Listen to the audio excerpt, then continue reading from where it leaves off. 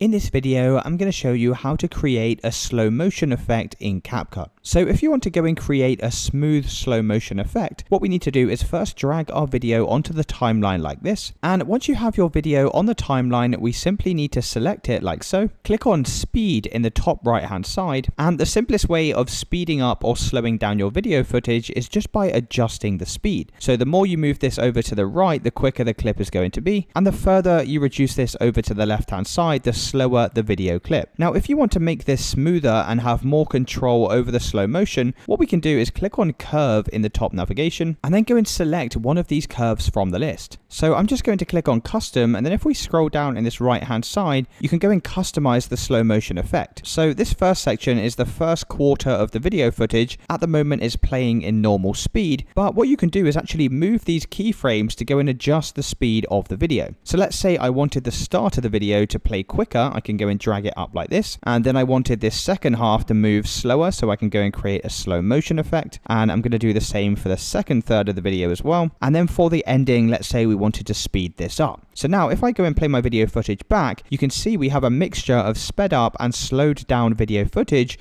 that we've created using this curved graph. And it's really as simple as that, guys. If you did find this video helpful, then let me know in the comments and I'll see you with the next one.